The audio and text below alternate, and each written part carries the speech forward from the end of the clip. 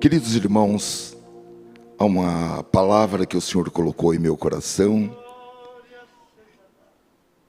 e eu quero compartilhar esta palavra com os irmãos nesta noite, segundo a graça e a misericórdia do Senhor Jesus. Eu coloquei como título nessa mensagem, 7 dias na igreja primitiva.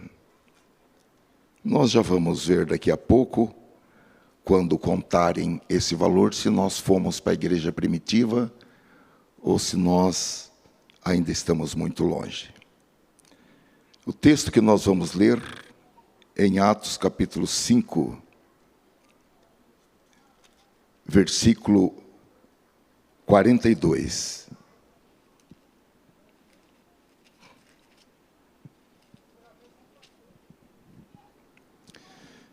Bendito seja o Senhor. É o último versículo do capítulo 5 do livro de Atos dos Apóstolos. A palavra do Senhor nos diz assim: e todos os dias, no templo e de casa em casa, não cessavam de ensinar e de pregar que Jesus é o Cristo. Amém. Ó Senhor, nós estamos desejosos de ouvir a Tua palavra. Os nossos corações estão preparados para esse evento. E nós pedimos que o Senhor envie a Tua palavra com uma clareza, para que possamos, Senhor, compreendê-la.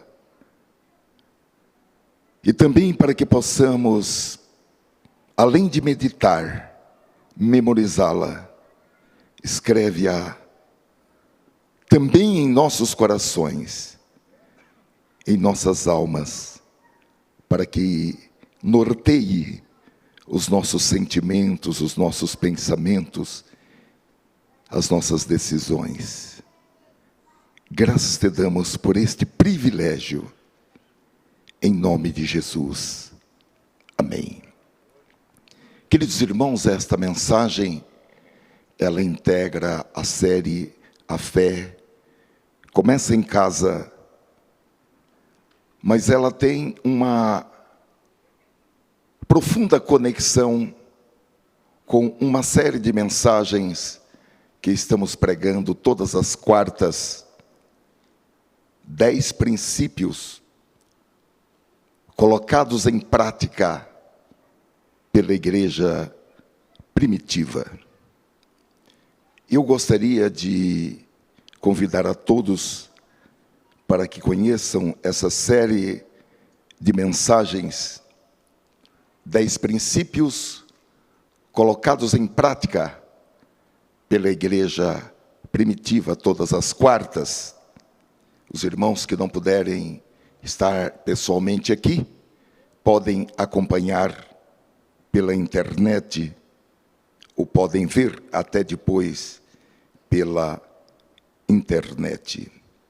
Eu creio que o Espírito Santo está nos aproximando cada vez mais do modelo de igreja que era praticado pela igreja primitiva.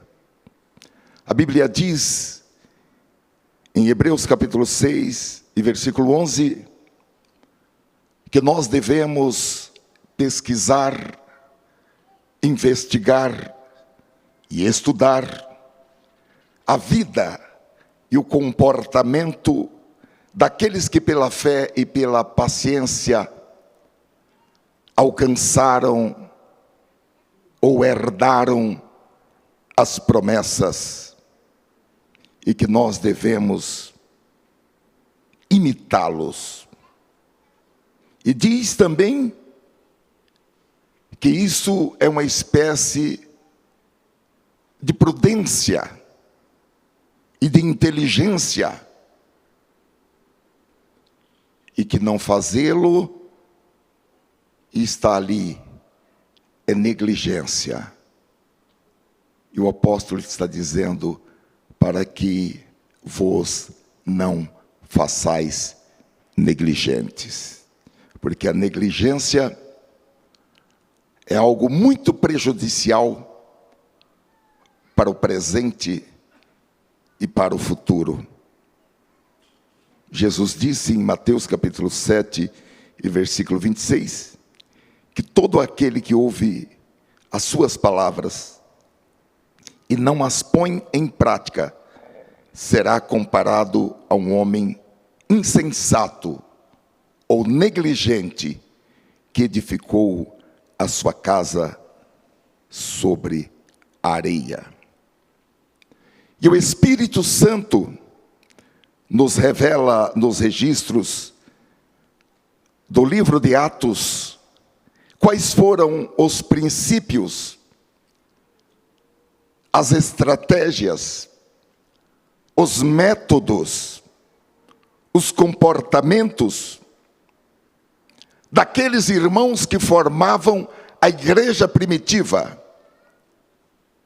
e que a levaram a um patamar de êxito e de eficácia na pregação do Evangelho.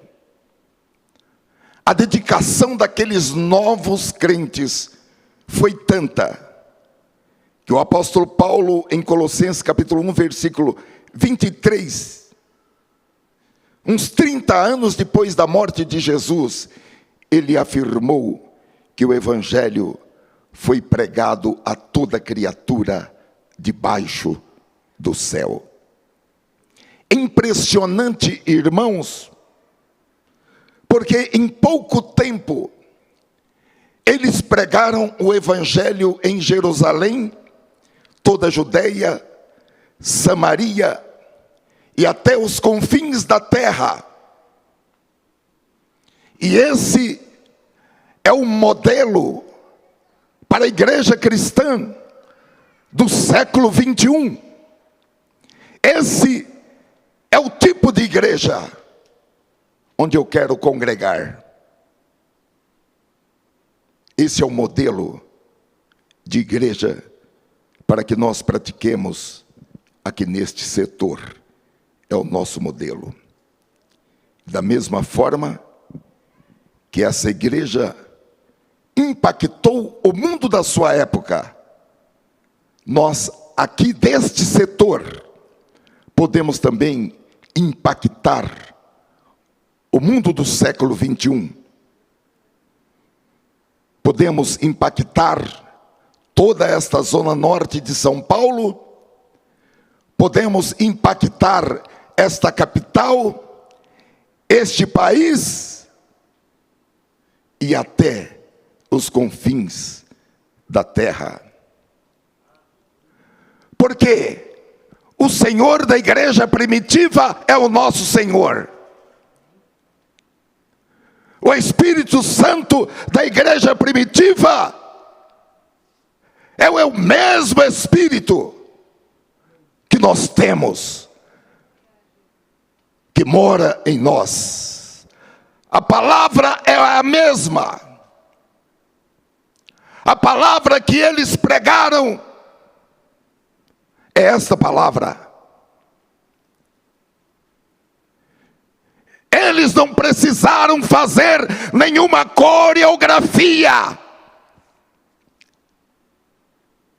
para destacar a palavra. A palavra é essa, na sua pureza, na sua santidade, sem invenções, sem falsificações.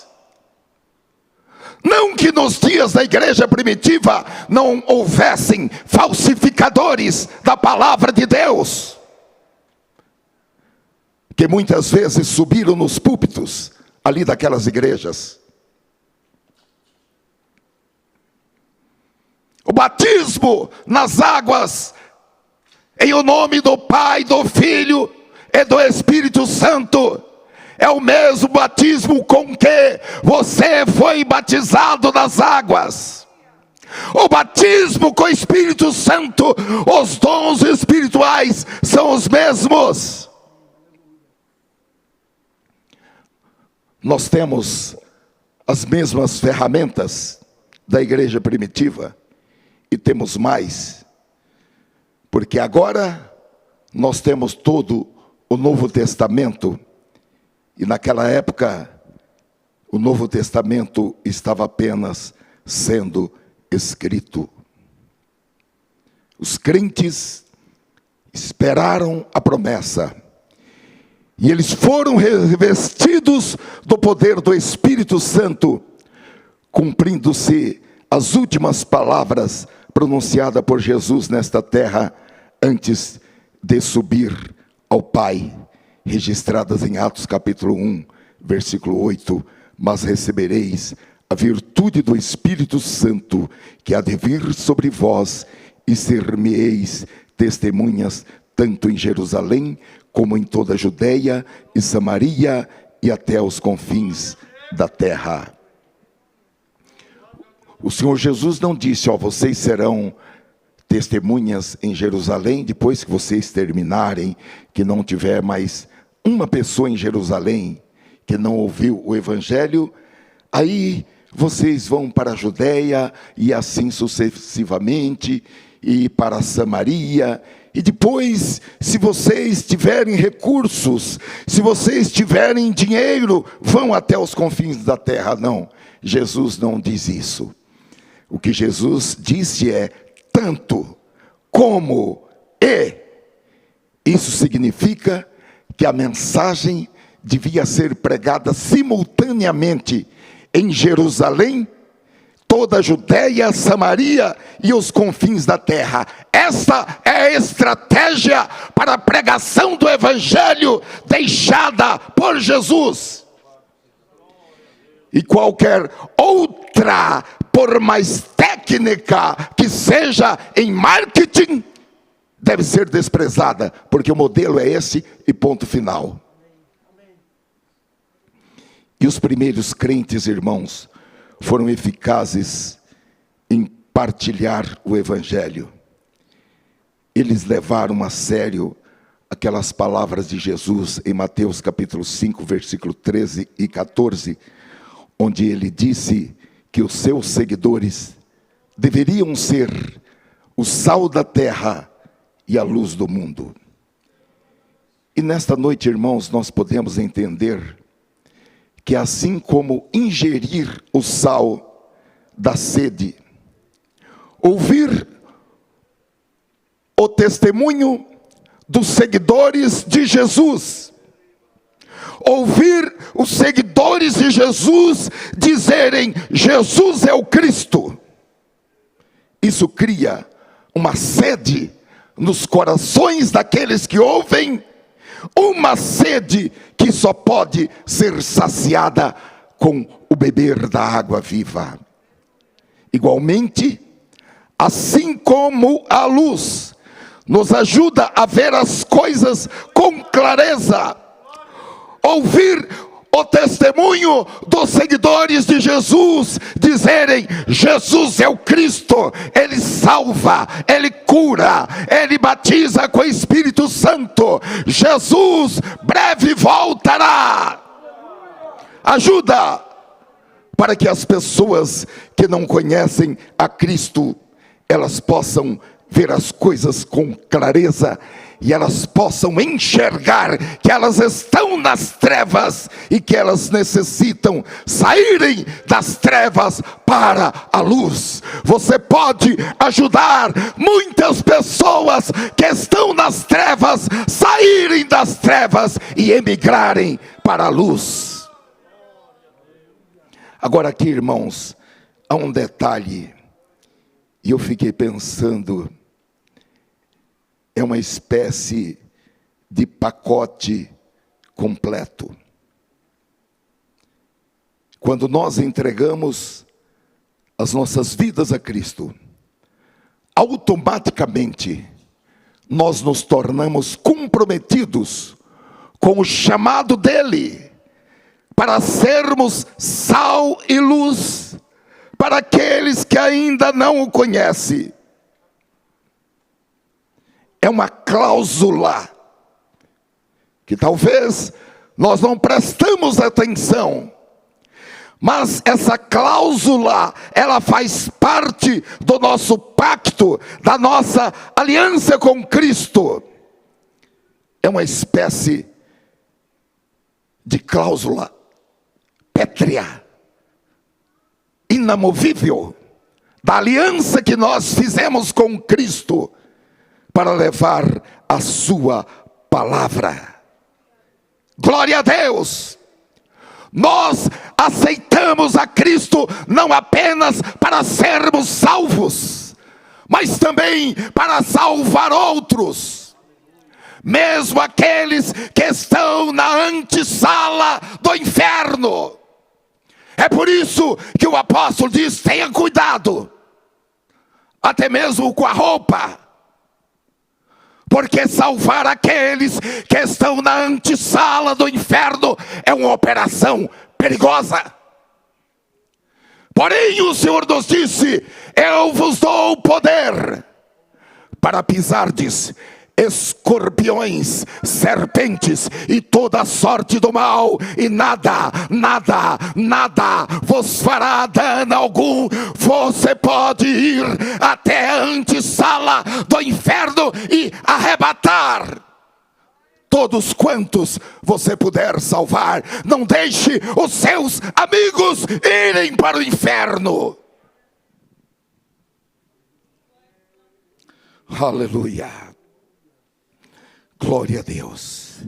Agora, irmãos, nós precisamos sentir esse peso. Nós precisamos nos deixarmos sermos consumidos por essa verdade, que todos nós somos responsáveis pela obra de evangelismo, e comprometer-nos a fazer a obra de um evangelista, e engajar, entrar nisso de cabeça, espírito, alma e corpo, engajado na obra de proclamar o reino de Deus.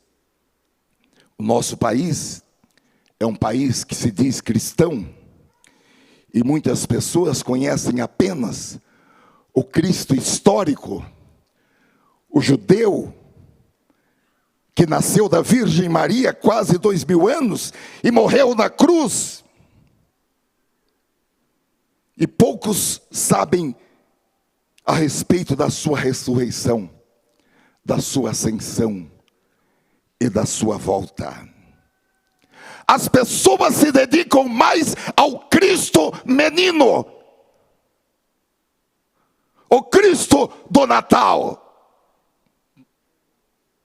Porém, elas não conhecem o Cristo descrito por João em Apocalipse 1:13, quando ele diz: e no meio dos 7 castiçais, um semelhante ao Filho do Homem, vestido até aos pés de uma roupa comprida e cingido pelos peitos com um cinto de ouro, e a sua cabeça e cabelos eram brancos como lã branca, como a neve, e os seus olhos como chama de fogo, e os seus pés semelhantes a latão reluzente, como se tivessem sido refinados numa fornalha, e a sua voz como a voz de muitas águas. E ele tinha na sua destra 7 estrelas, e da sua boca saía uma aguda espada de 2 fios, e o seu rosto era como o sol quando na sua força resplandece.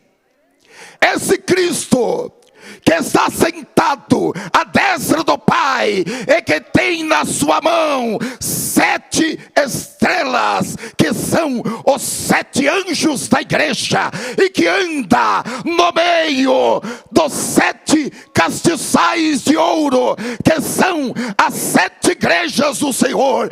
Este Cristo que tem os pastores nas suas mãos, esse Cristo que anda no meio da sua igreja na face da terra, esse Cristo não é conhecido aí fora. Aleluia. Esse Cristo não é o Cristo conhecido. Esse Cristo que está no meio da igreja, este Cristo que salva, que cura, que batiza com o Espírito Santo, esse Cristo que dá esperança, esse Cristo que coloca, que levanta o caído e o coloca de pé e lhe dá força para andar e para correr. Esse Cristo não é conhecido. Os primeiros crentes, irmãos, eles foram realmente crentes do tipo sal da terra e luz do mundo. E por onde eles passavam, aquele lugar nunca mais seria o mesmo, por causa do sal e da luz. E como resultado, eles foram grandemente usados para atrair pessoas a Cristo.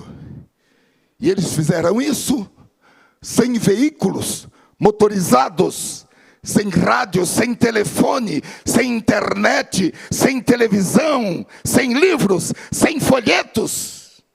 Eles levaram a mensagem da cruz ao mundo inteiro.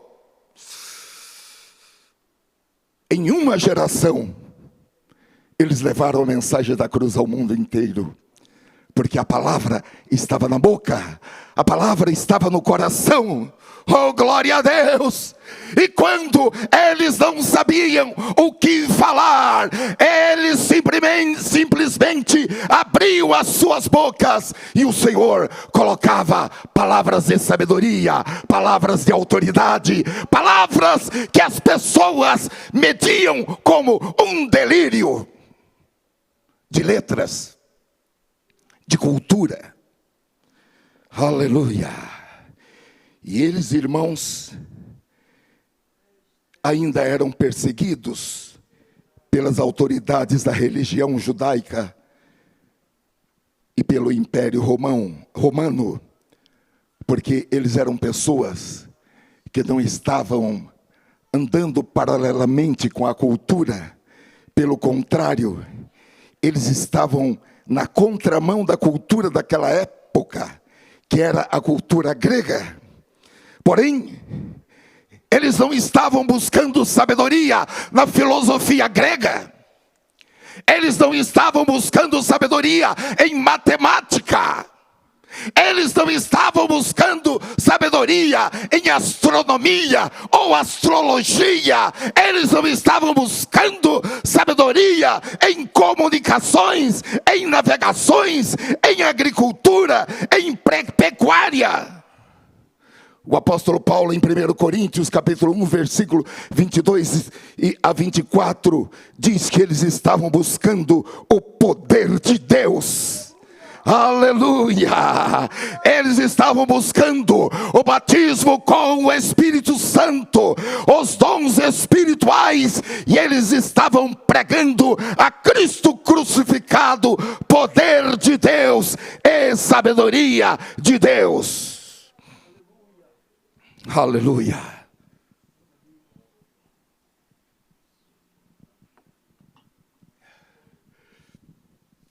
E para agravar, irmãos, eles estavam na contramão também da religião judaica.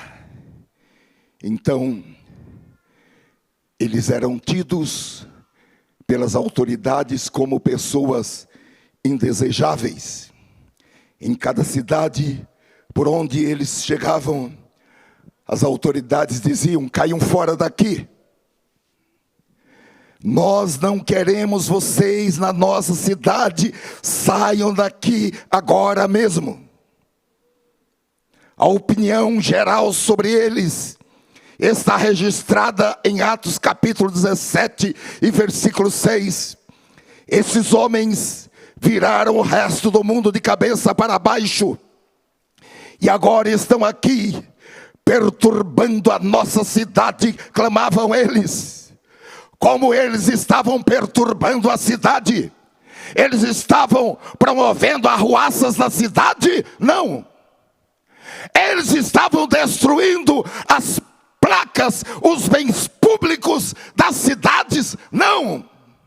Eles estavam pregando: Jesus foi crucificado, mas ele ressuscitou. Ele subiu ao céu, Ele está sentado à destra do Pai. Ele é o Messias do qual os profetas falaram. Ele é o desejado das nações. Ele é aquele pelo qual todos esperavam. E as pessoas ouviam esta mensagem, pegavam os seus livros de horóscopos. Horóscopo é feitiçaria.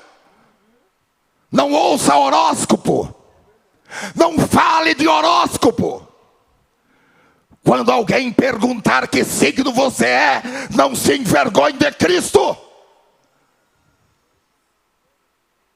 Não fuja. O crente não está ligado na astrologia. A astrologia é uma área da feitiçaria.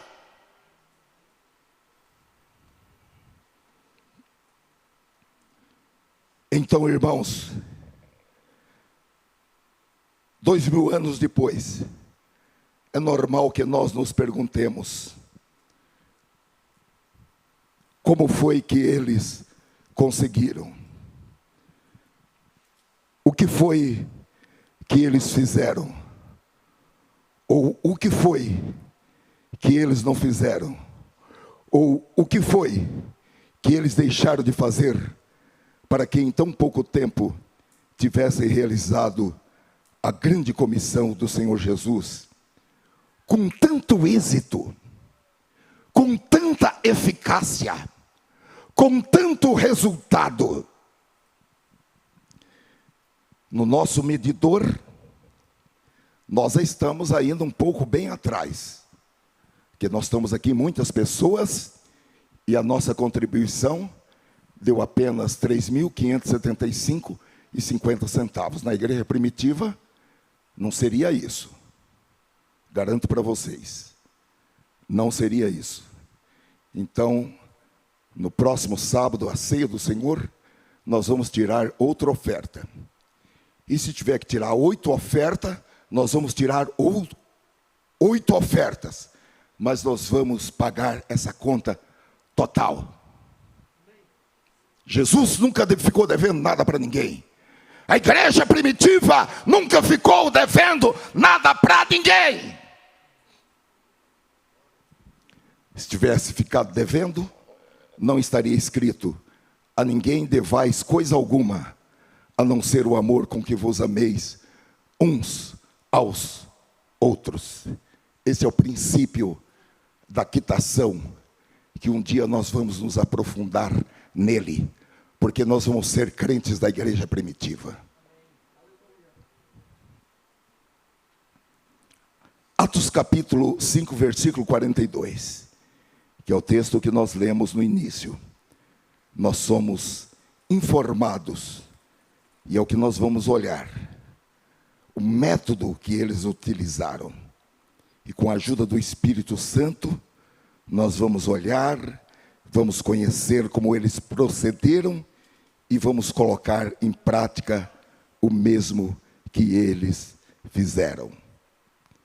E todos os dias no templo e de casa em casa, não cessavam de ensinar e de pregar que Jesus é o Cristo. O primeiro ponto, irmãos, que chama a nossa atenção é que eles eram conscientes de que deviam falar de Jesus todos os dias. Em outras palavras, nem um só dia sem falar de Cristo para alguém. O apóstolo Paulo nos orienta que nós devemos ter essa consciência de que devemos procurar oportunidades, onde quer que nós estivermos, para compartilhar Cristo com o mundo incrédulo. Ele escreveu em Colossenses capítulo 4, versículo 5, que nós devemos ser sábios enquanto estamos entre descrentes, aproveitando ao máximo cada momento, cada encontro, cada oportunidade, e utilizando-nos em nosso modo de falar, de palavras agradáveis, temperadas com sal, uma boa conversa, um bom diálogo com aqueles que não conhecem a Cristo. Nós não vamos conversar com uma pessoa que não conhece a Cristo, que não conhece a palavra de Deus, para derrotá-lo em termos de conhecimento da palavra de Deus, porque é evidente que você e eu que estamos ouvindo a exposição da palavra dia a dia, lendo a Bíblia, participando de estudos bíblicos, da escola bíblica dominical, que nós tenhamos um conhecimento superior da Bíblia. E o apóstolo diz que pelo tempo já devemos ser mestres.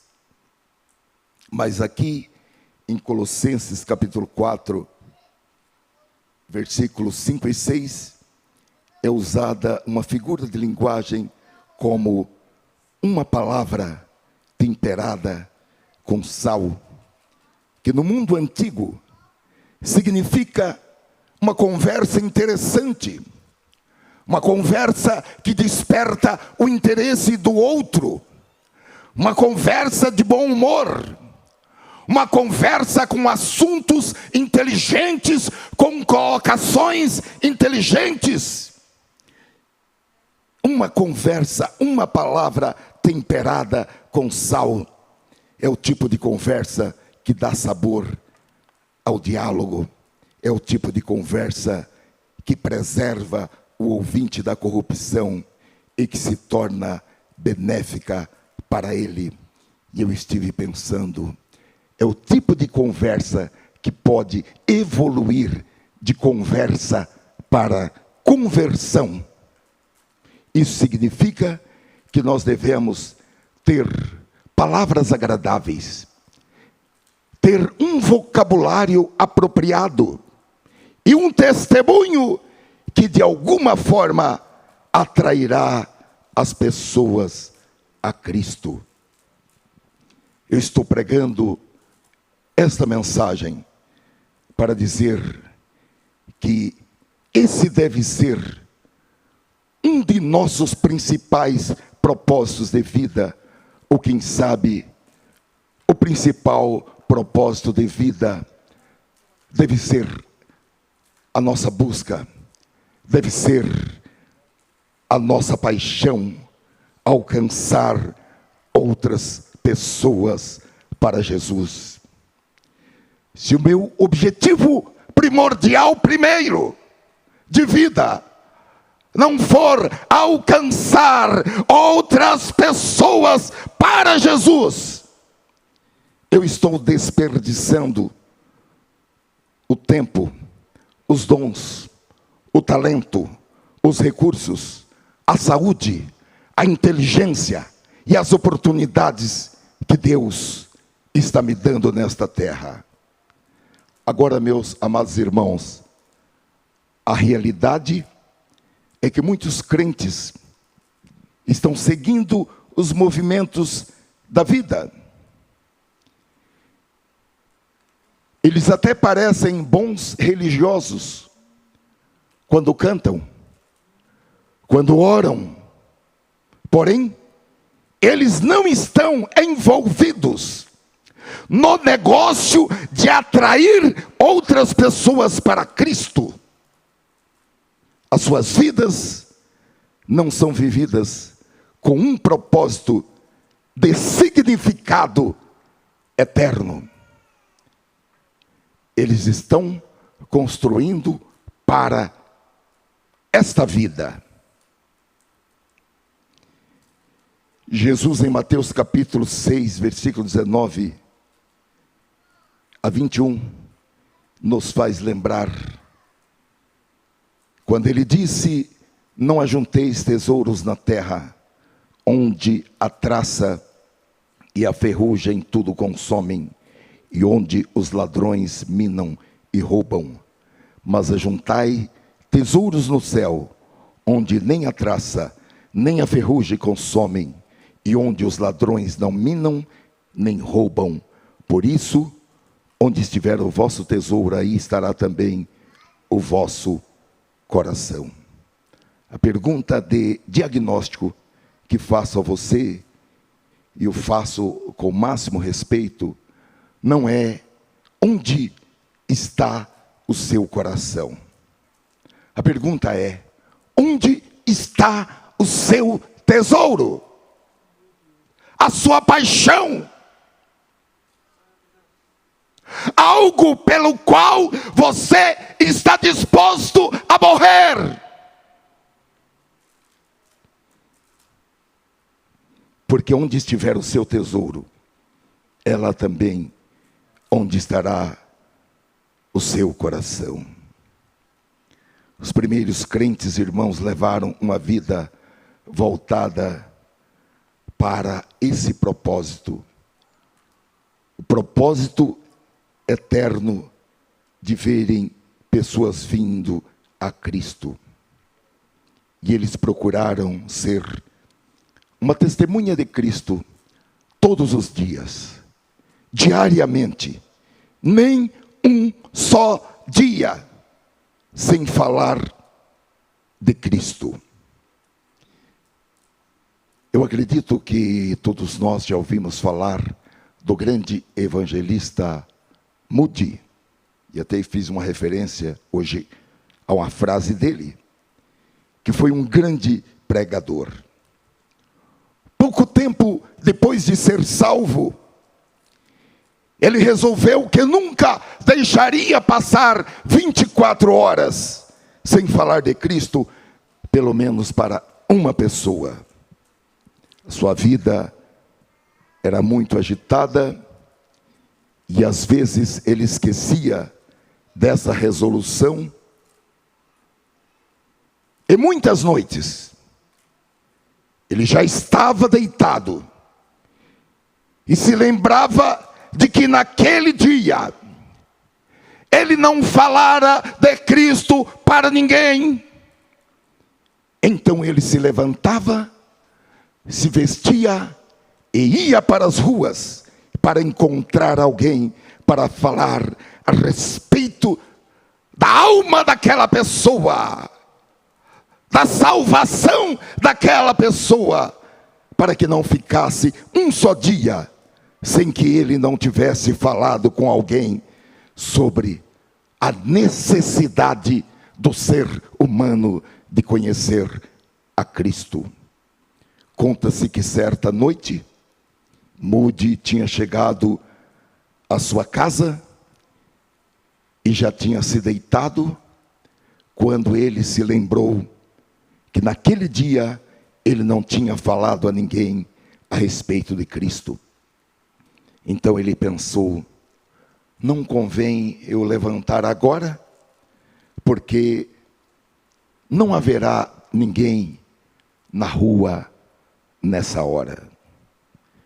Mas ele levantou-se, vestiu-se e foi para a porta de sua casa, que saía na rua. E estava chovendo bastante, mas justo nesse momento ele ouviu os passos de um homem que andava pela rua com um guarda-chuva.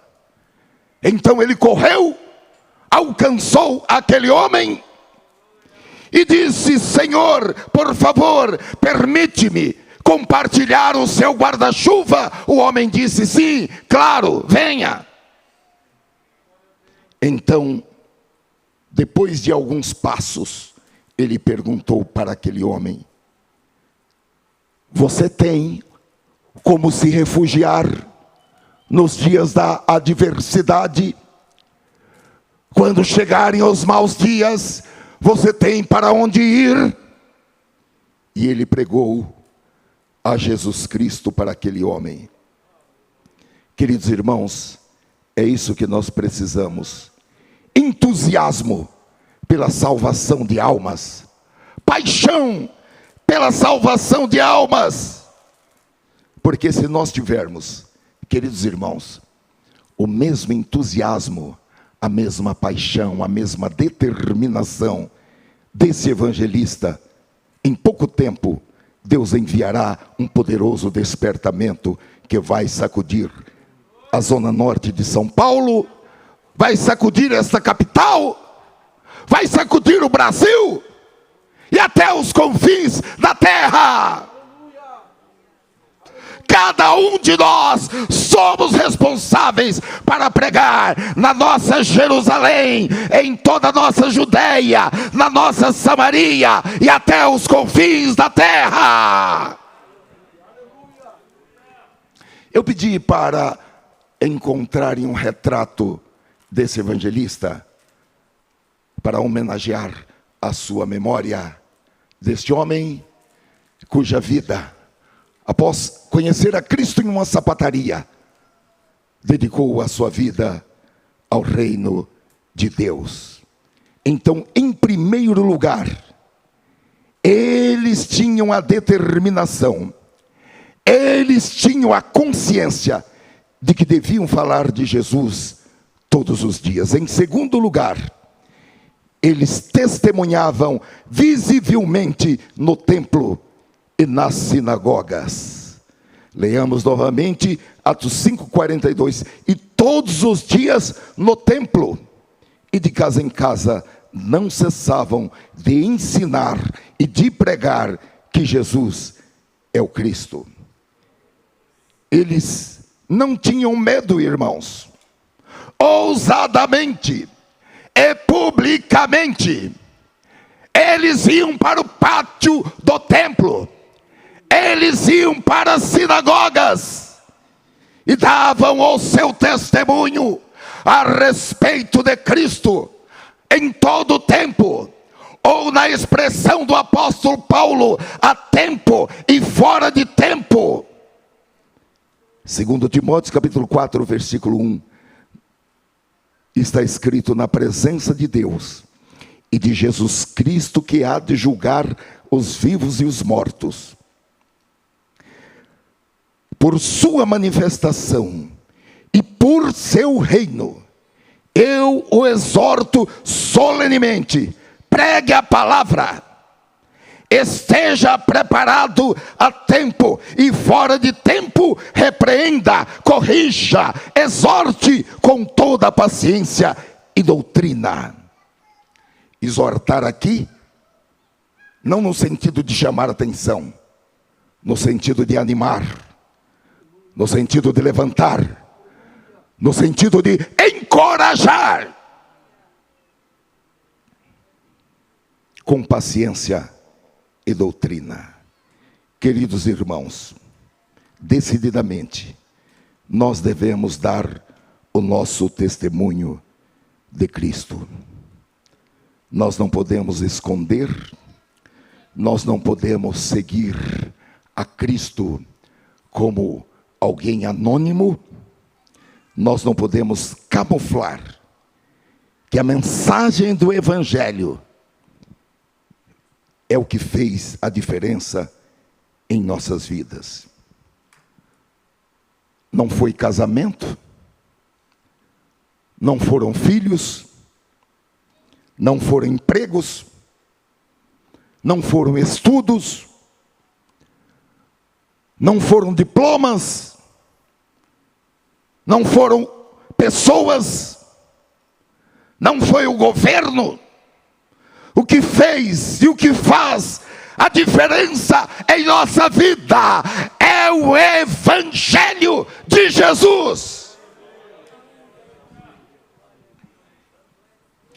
Paulo disse em 2 Timóteo capítulo 1, versículos 7 e 8, porque Deus não nos deu o espírito de temor. Algumas traduções dizem de medo, outras de covardia, mas de fortaleza e de amor e de moderação. Portanto, não te envergonhes do Evangelho, ou melhor, do testemunho de nosso Senhor. Glória a Deus.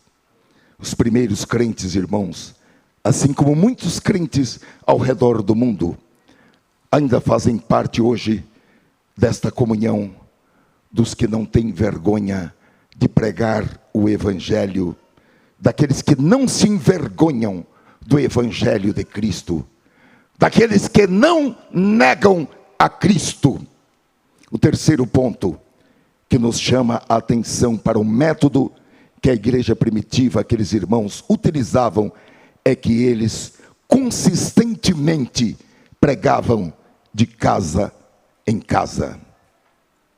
Está bem documentado, irmãos, tanto com os escritos da palavra de Deus, como também com outros escritos históricos, que a igreja primitiva se reunia nos lares.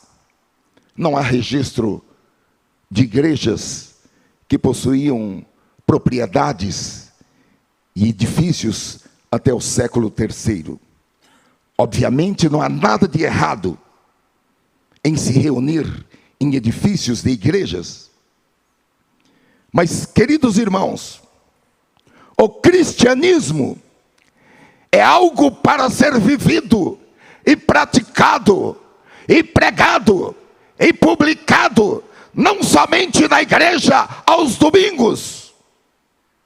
O cristianismo, ele é para ser praticado primeiramente e diariamente em casa. Porém, eu creio que o Espírito Santo está nos despertando para que nós entendamos que a fé começa em casa, para que a nossa casa seja realmente um lugar de manifestação da glória de Deus, dos grandes milagres de Deus, para que o enfermo, somente ao cruzar o batente da nossa casa, ao respirar o oxigênio ali, ele seja curado. Eu tenho um escritório onde diariamente entram centenas de pessoas, e aquele lugar é um lugar consagrado para a glória de Deus. E eu creio que muitas pessoas perturbadas no corpo, na alma e no espírito, ao entrarem naquele lugar e respirarem aquele oxigênio que eu também estou respirando, aquela atmosfera vai trazer cura e vai trazer libertação para ele. Então, meus amados irmãos, nós precisamos entender que a fé começa em casa, e para isso é preciso, em primeiro lugar, que seja restaurado em nossa casa o altar da oração. Aleluia! Para que a nossa casa seja uma fonte de água viva, seja um centro de distribuição do pão vivo que desce do céu. Ainda esta semana eu recebi uma visita de um pastor, e eu falei para ele: o meu altar, o meu púlpito não é na igreja, o meu púlpito é aqui, onde eu passo a maior parte da minha vida. Agora eu venho aqui, sei lá, 2, 3 horas por semana, 4 horas, 5 horas, e fico em outros ambientes, não sei quantas horas por semana, por meses e por anos.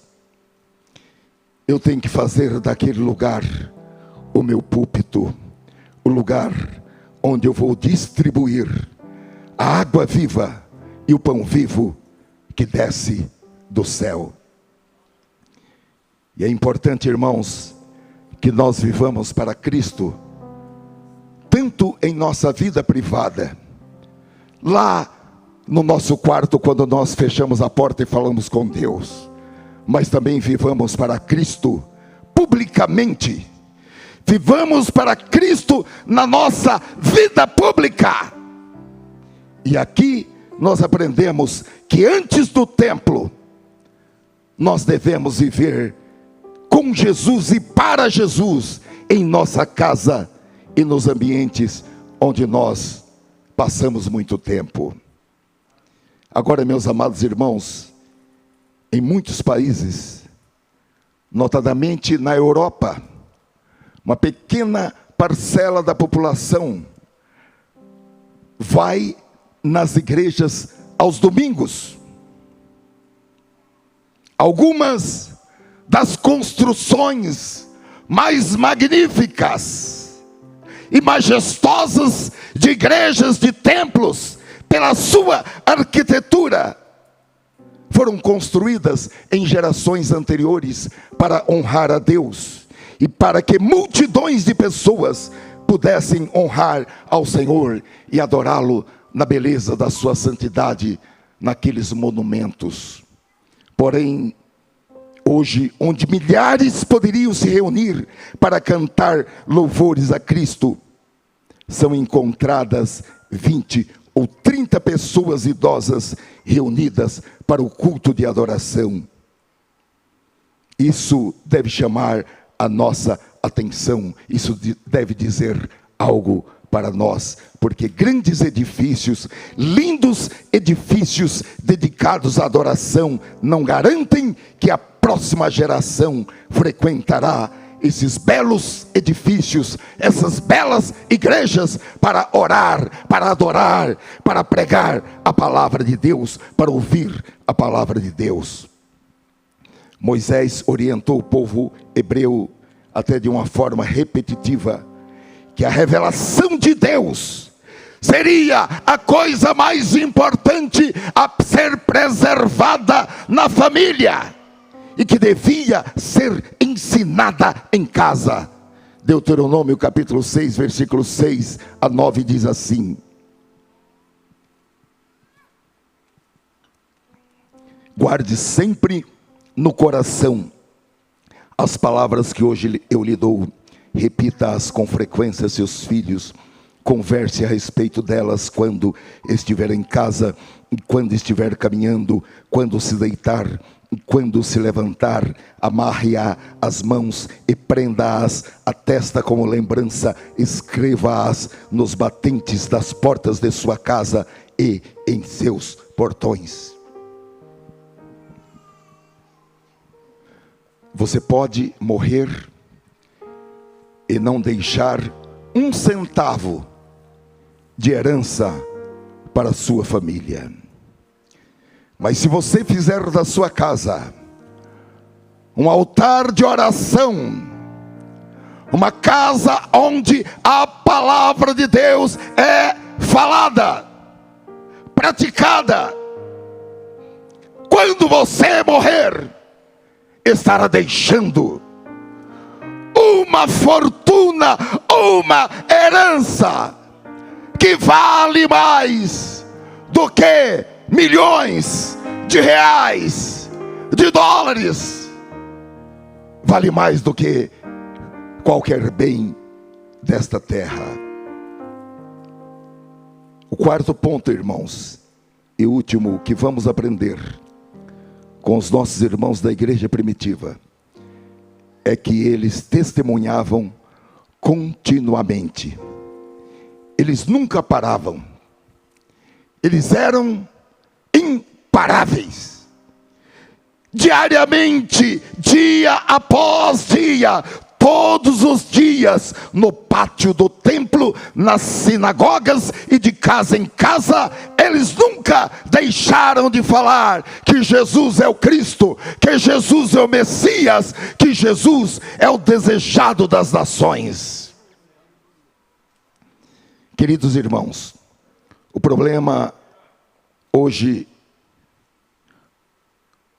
grave é que muitos crentes pararam de compartilhar a sua fé, pararam de compartilhar Jesus. Parece que nós nos acostumamos em ir para o velório de um perdido e achar que aquilo é normal. Nós não saímos de lá deprimidos. Nós não saímos de lá e ficamos a noite inteira sem dormir por causa da consciência. Muitos crentes pararam de compartilhar a sua fé. E mais grave ainda é que alguns nunca começaram. Há crentes que aceitaram a Cristo há 3 anos, há 5 anos, há 15 anos ou mais, porém, nunca compartilharam a sua fé. Nunca falaram de Cristo para ninguém. Nos faz lembrar aquele hino da nossa harpa cristã, o hino 16 da nossa harpa cristã. Posso, tendo as mãos vazias, com Jesus eu me encontrar. Nada fiz, e vão-se os dias, que lhe posso apresentar. Não mais temerei a morte. Está salvo? Está. Vencerei por salvo está. Agora vem a interrogação: qual será a minha sorte se no céu vazio entrar? Crentes com 15 anos de fé e nunca ganharam uma alma para Cristo. A igreja primitiva não tinha recursos. Elas tinham Jesus. Eles tinham Jesus. E meus amados irmãos, Jesus é tudo o que nós precisamos também para compartilhar a nossa fé. O que eu quero enfatizar é que em todos os lugares onde eles se encontravam, eles falavam de Cristo. Para eles não importava onde eles estavam, porque onde eles estivessem, ali era o seu campo missionário.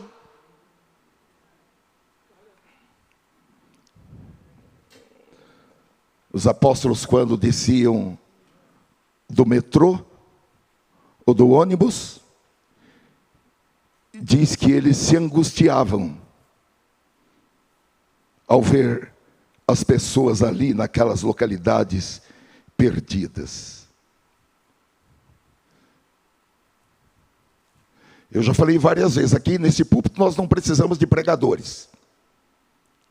Os pregadores devem pregar lá fora, onde os pecadores perdidos estão. É lá. Quer oferta? Quer? Pode vir aqui que nós damos uma oferta, mas vai pregar lá. É lá que os pecadores perdidos estão.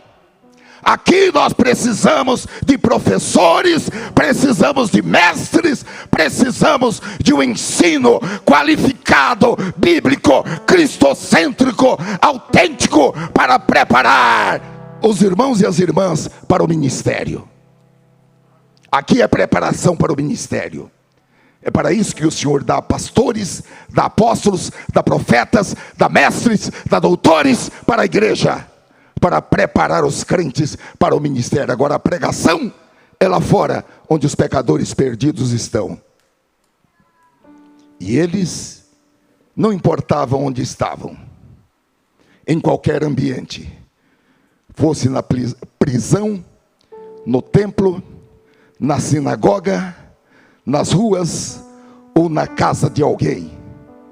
Para onde eles iam não é o que era importante, mas sim, o importante era olhar para as pessoas que o Espírito Santo colocava diante deles, para que eles falassem de Jesus, que Jesus era o Cristo.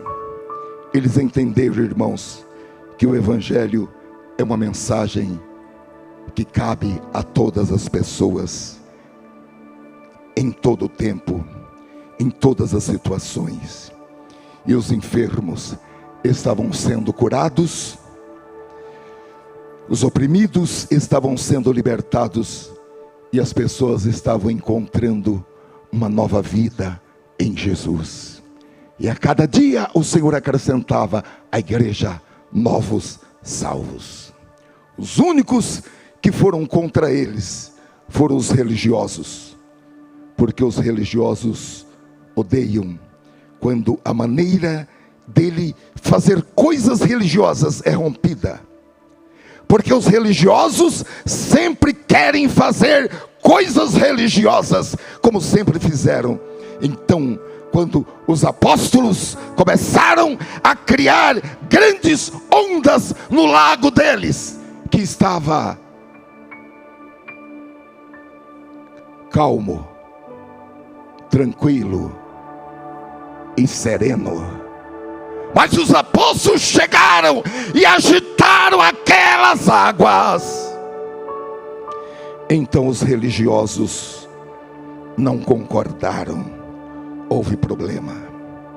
E até hoje, irmãos, os religiosos ficam inconformados com o dinamismo do Espírito Santo, com as novidades do Espírito Santo. Mas quem escolhe é Jesus, quem chama é Jesus, quem comissiona é Jesus, quem dá dons é Jesus, quem dá autoridade é Jesus, quem dá talentos é Jesus. E Ele faz isso de acordo com a sua boa, perfeita, completa e agradável vontade. Ele faz isso de acordo com o chamado de cada um. Ele faz isso de acordo com a necessidade da igreja, de acordo com a necessidade de uma localidade. Eu quero concluir recordando o método da igreja primitiva. Primeiro, eles eram conscientes de que deviam testemunhar todos os dias, nem um só dia sem falar de Jesus. Segundo, eles testemunhavam visivelmente no templo e nas sinagogas. Terceiro, eles consistentemente pregavam de casa em casa. E quarto, eles testemunhavam continuamente. Eles nunca paravam. Eles eram imparáveis. Eu quero concluir convidando a todos vocês para que passemos uma semana nessa igreja primitiva. Vamos fazer uma viagem para lá de 7 dias. Por muitas vezes eu preguei e falei que eu não queria ir para a igreja primitiva, que eu não estava psicologicamente preparado para ir congregar na igreja primitiva.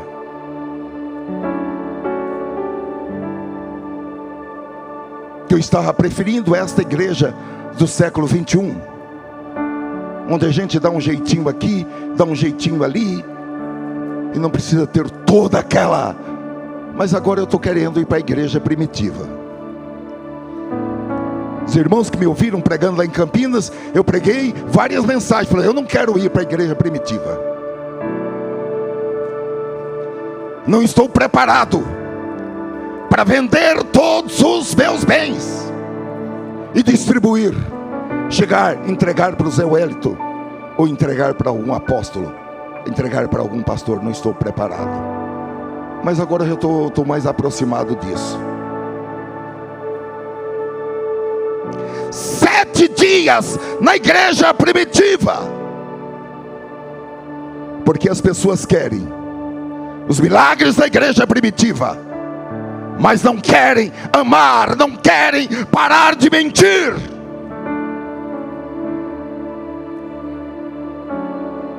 Na igreja primitiva tinha uma placa dizendo: é proibido mentir. E quando você olhava para baixo, tinha outra placa dizendo: aqui jazem Ananias e Safira, que mentiram para o Espírito Santo na pessoa de Pedro.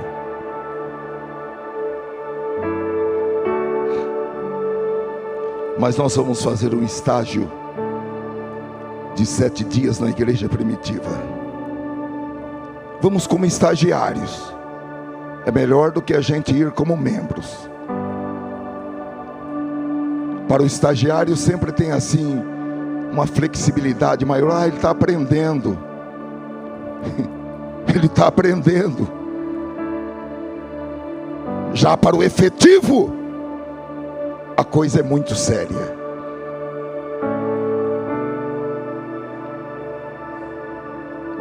Sete dias na igreja primitiva. E nós podemos resumir essas tarefas de 7 dias em 2 tópicos. Primeiro, falar de Jesus todos os dias. Nenhum dia sem falar de Jesus para alguém. Nenhum dia sem fazer o convite para essa pessoa entregar a sua vida a Cristo. Aqueles que quiserem ir comigo nesse tópico que eu me referi, fique de pé. Não tem problema você ficar sentado. Mas se você quer ir comigo, fique de pé. Glória a Deus. Não tem problema ficar sentado. É um compromisso. É um pacto. Falar de Jesus todos os dias. Nenhum dia sem falar de Jesus para alguém.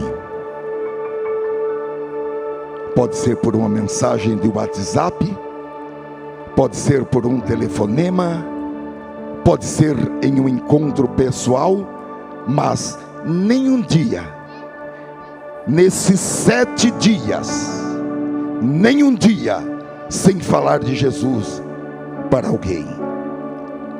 A segunda tarefa, em pelo menos um dia da semana, realizar um culto em sua casa, ou na casa de um amigo, ou no seu local de trabalho, se você tiver oportunidade, ou em qualquer outro lugar, contanto que você fale de Jesus e faça o convite e ore por aqueles que aceitarem a Cristo.